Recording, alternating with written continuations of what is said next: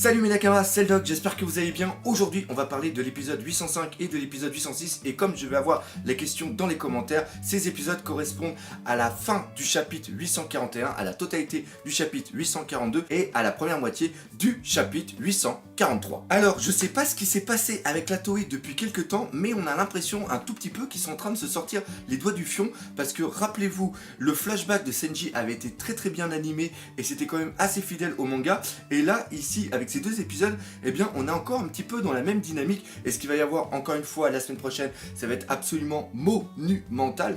Et moi, j'éprouve énormément de plaisir à regarder les épisodes. Alors, ces deux épisodes sont séparés en trois grandes parties. Premièrement, on est à la fin du combat de Luffy contre Crackers. Et là, on est hyper rassuré parce que au niveau animation, c'était tellement dégueulasse le début de combat. Et c'était des combats qu'on attendait énormément que la fin, on n'espérait rien. Et le fait de ne rien espérer, ça nous a permis de nous en prendre plein la gueule. Après, on a eu le départ de Senji avec sa famille vers Whole Cake Château pour le début de la cérémonie. Et enfin, on a les histoires de Chopper et Carotte dans le monde miroir, poursuivi par une folle. Moi, ce que j'aime quand je regarde des épisodes, c'est que ça me permet de recomprendre quelques trucs que j'avais pas du tout capté au niveau du manga, et surtout ça me donne une autre vision. Par exemple, Crackers. Crackers, je l'adore.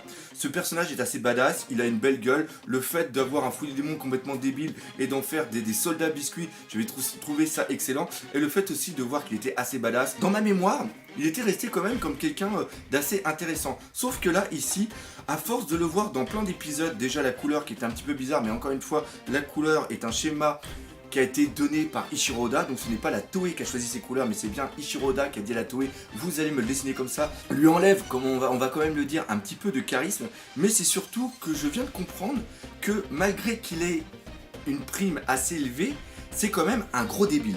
On va reprendre un petit peu la chose, c'est-à-dire qu'il a un fruit du démon du biscuit, il aime pas recevoir la douleur, donc il s'en sert comme armure. Et après, il crée plein de biscuits pour avancer. Et là, Nami arrive à trouver le point faible, c'est-à-dire que vu que ce sont des biscuits, et je sais pas si vous avez déjà essayé, mais tremper un petit beurre dans du café, après, il a toujours tendance à tomber, puis après, vous le ramassez à la cuillère dans le café, ça c'est quand même assez chiant. Oui, je vous raconte un petit peu ma vie, 36-15 ma vie, vous en avez absolument rien à foutre. Le point faible de Crackers, c'est l'eau. L'eau qui mouille ces biscuits, et ces biscuits deviennent tout raplapla. Et le mec, il continue à combattre et il n'a pas d'autre technique. C'est-à-dire qu'avec son fruit du démon, il pourrait faire plein de trucs, je sais pas quoi. De toute façon, le problème avec l'eau, c'est que là, il est quand même assez emmerdé. Mais, merde, c'est-à-dire qu'il fait rien d'autre, il va pas combattre avec son épée, c'est seulement qu'en finale.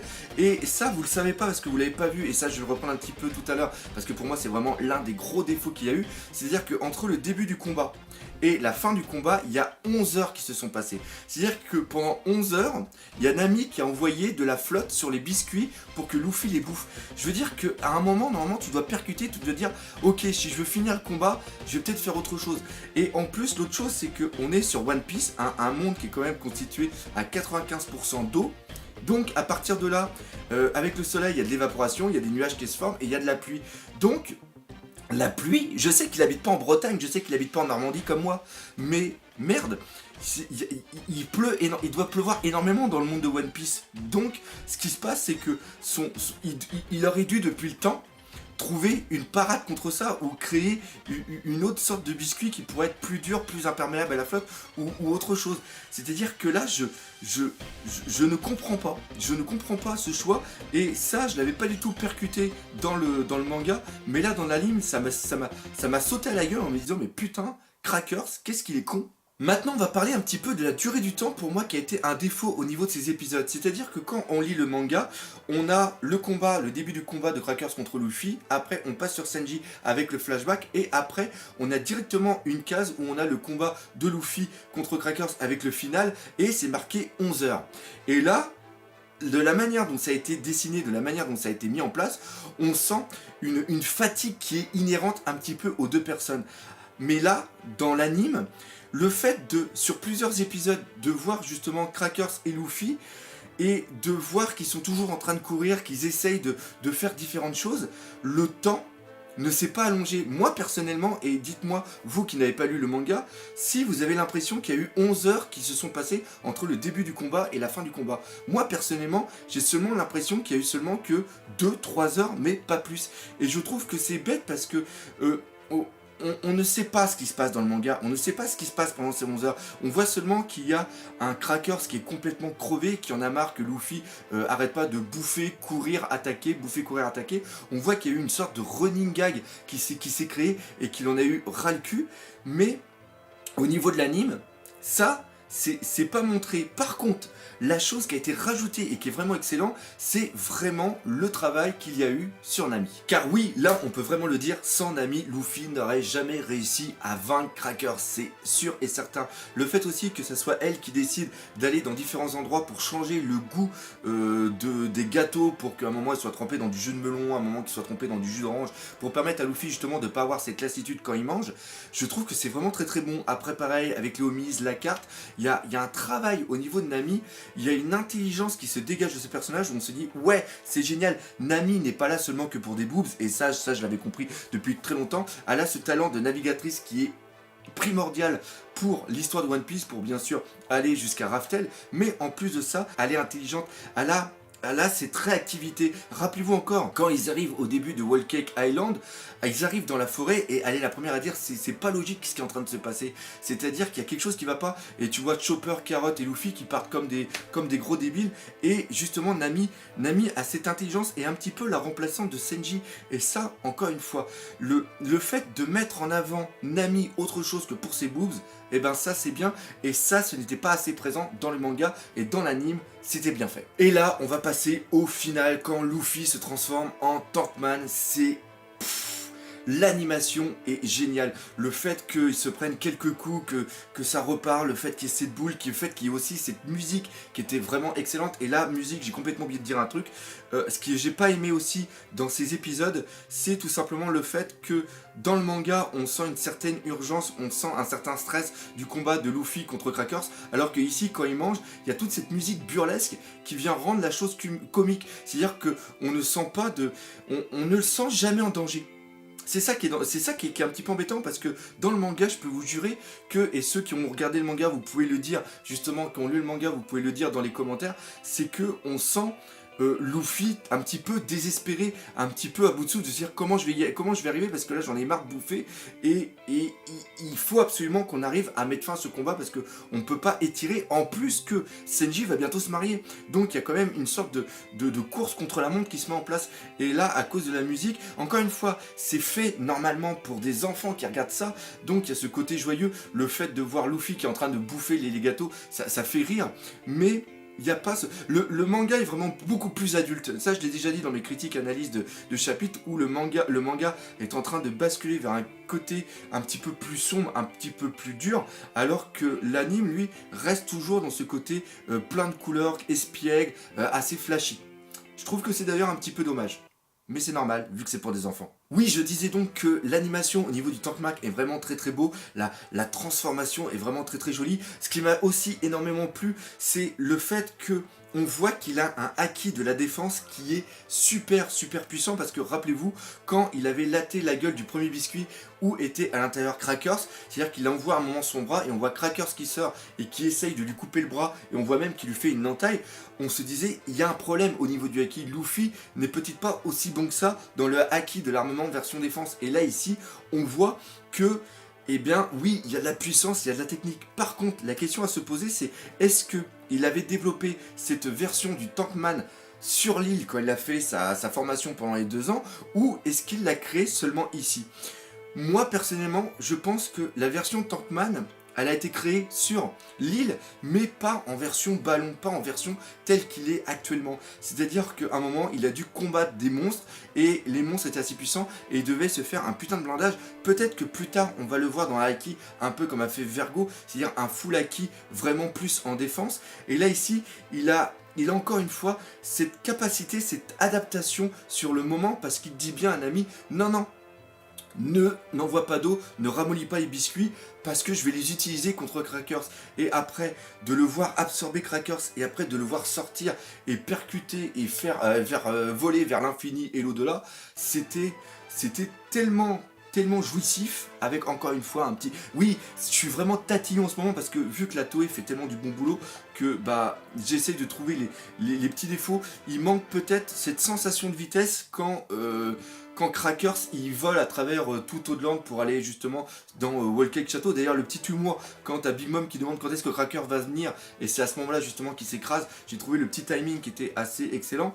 Le fait de le voir traverser les arbres, les collines et même les habitations, c'était assez bien fait, mais il manquait un petit peu cette vitesse qu'on retrouve dans Dragon Ball Z et Dragon Ball Super, justement quand il traverse un petit peu les trucs, il manquait un petit peu cet impact. Mais encore une fois, c'est vraiment pour chipoter parce que tout le reste à côté de ça était vachement bien animé et faisait super plaisir. Alors ça y est, le combat est terminé et là on peut se dire ça y est, c'est la victoire comme Nami a fait, sauf que non, ce n'est pas une victoire parce que la dernière fois qu'il y a eu un Sweet Commander qui a été détruit, Big Mom est entré dans une rage folle, c'est-à-dire que là, vu qu'ils ont niqué la gueule de Cracker, ce qui va se passer maintenant, Big Mom, quand elle va l'apprendre, elle va sûrement vouloir avoir la tête de Luffy et aussi de son équipage. Et c'est exactement ce que nous explique Pond, c'est-à-dire que une fois que Rouge avait détruit Snack, eh bien, elle avait envoyé elle était en colère et elle a réussi à créer une tempête qui a complètement annihilé la flotte de Rouge. Et là, on a deux informations. Premièrement, on apprend que Big Mom, en plus de tenir à ses fils, a deux éléments. Elle a l'élément qui s'appelle Zeus, qui a l'air d'être un nuage qui contrôle la foudre, et après, elle a un autre élément qui est Prométhée, qui est une sorte de soleil tel que nous l'a expliqué Pond. Et là maintenant on va parler un petit peu de Senji et la méga grosse désillusion. Reiju lui pose la question de savoir comment ça se fait que tu es aussi galant avec les femmes, et là tu vois un petit flashback où tu vois que c'est Zeph qui lui a inculqué cette galanterie, et il explique que depuis la nuit des temps, les hommes n'ont pas le droit de taper les femmes, et si un homme tape une femme, il trahit son statut d'homme, et Zeph explique même que si un jour tu tapes une femme, je serai obligé de je te couperai les et moi je me les couperai aussi parce que voilà, c'est le rôle un petit peu du père, donc ça c'est un petit peu what the fuck, il faut bien l'avouer. Et moi ce qui m'a dérangé, ce n'est pas le fait que ça soit Zeph qui lui inculque ça, c'est le fait que on a eu, désolé parce que je trouve ça tellement débile, il y a eu un putain de flashback où on nous a montré la figure maternelle de la mère par rapport à Senji, le père qui était méchant, le fait qu'il fasse de la cuisine, qu'il aime sa mère et tout, le fait aussi que ça soit sa sœur qui le délivre. Donc on se dit par rapport à ça, il doit sa vie aux femmes, il doit ce qu'il est aux femmes, parce qu'encore une fois, tout l'amour qu'il a en lui, c'est l'amour que lui a donné sa mère. Et quand il est gamin et qu'il parle à Zeph, il dit non mais une femme, si elle fait des conneries, t'as le droit de la baffer. Non, ça colle pas du tout au personnage. Là, t'as un désaccord total par rapport à ce qui était mis en place avant. Et même quand j'avais lu le manga avec ça, je me suis dit mais what the fuck quoi, c'est quoi ce délire? Donc voilà, c'est le petit truc, encore une fois, moi je sais pas si ça vous a fait rigoler, si ça, quelle a été votre réaction par rapport. J'ai trouvé ça tellement débile de le caractère principal de Senji est mis en place d'une façon aussi débile, c'est un petit peu comme All Blue, hein. C'est vraiment bizarre, enfin bref. Et après on a eu deux choses qui étaient par contre assez sympas, toujours une fois le rôle de la sœur qui vient libérer un petit peu la souffrance de Senji, parce qu'on est encore une fois dans le cercle, c'est vraiment très très beau parce qu'on reprend un petit peu les sourcils de la famille, c'est-à-dire qu'étant gamin, il se fait martyriser par ses frères, et là maintenant adulte, il est plus fort, mais il se fait encore une fois martyriser par ses frères, et c'est sa sœur qui vient justement un petit peu le consoler et le soigner.